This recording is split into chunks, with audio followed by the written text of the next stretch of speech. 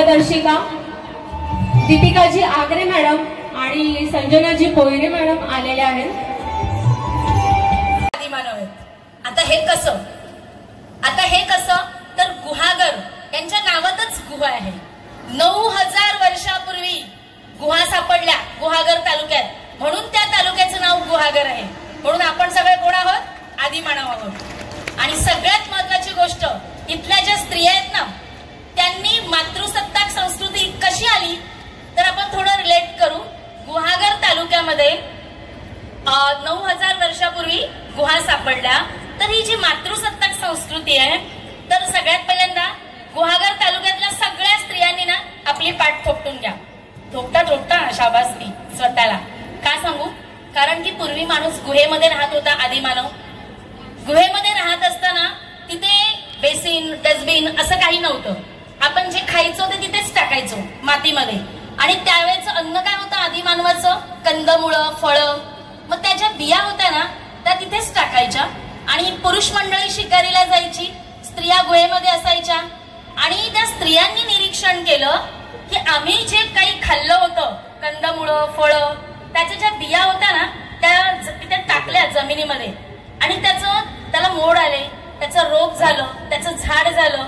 आणि जे आम्ही खाल्लं होतं तेच त्या झाडाला लागलं. आणि मग त्या स्त्रियांनी त्यांचं ते निरीक्षण असं झालं की पुढे त्यांनी शेती करायला सुरुवात केली. आता शेती कशी केली तर आता मुलं जे क्रिकेट खेळतात ना, क्रिकेटच्या स्टंप सारखं हत्यार बनवलं. त्या जमिनीमध्ये मारायच्या, बिया टाकायच्या, पुन्हा एक पाऊल पुढे जायच्या, बिया टाकायच्या.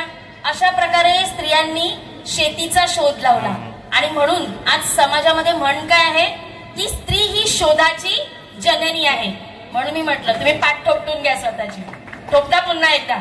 कारण की अजून एक सांगते, पहिली लज्जा जी उत्पन्न झाली ना ती स्त्रीला झाली. आणि म्हणून कपड्यांचा जो शोध आहे ना तो सुद्धा आपण लावलेला आहे. म्हणजे स्त्रियांची निरीक्षण शक्ती इतकी स्ट्रॉंग आहे. मग त्यावेळेस शिक्षण नव्हतं, काही नव्हतं. मग ती गेली कुठे निरीक्षण शक्ती.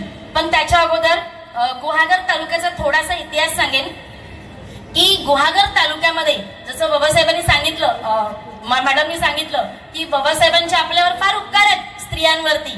प्रेग्नेन्सी लिफ्ट त्यांच्यामुळे मिळते आपल्याला.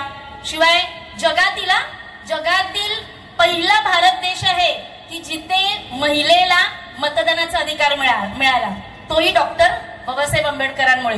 आणि तुमचं आणि गुहागरकरांचं डॉक्टर आंबेडकरांचं नातं काय माहितीये? सिके बोले यांचं गाव पालशेत आहे. पालशेत मधलं कोणी आहे इथे? पालशेत मधल्या स्त्रिया त्यांनी ऐका खास करून. सिके बोलेंचं गाव आहे पालशेत, म्हणजे माधुरी दीक्षितचं सासर.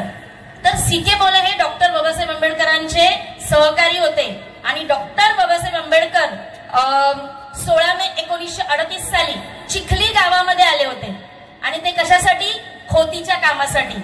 आज कोकणातल्या ज्या जमिनी आपल्या नावावर आहेत ना त्याचं योगदान डॉक्टर बाबासाहेब आंबेडकरांना जातं. आणि म्हणून डॉक्टर बाबासाहेबांचं आणि गुहागरकरांचं खूप जवळचं नातं आहे. कारण की सिके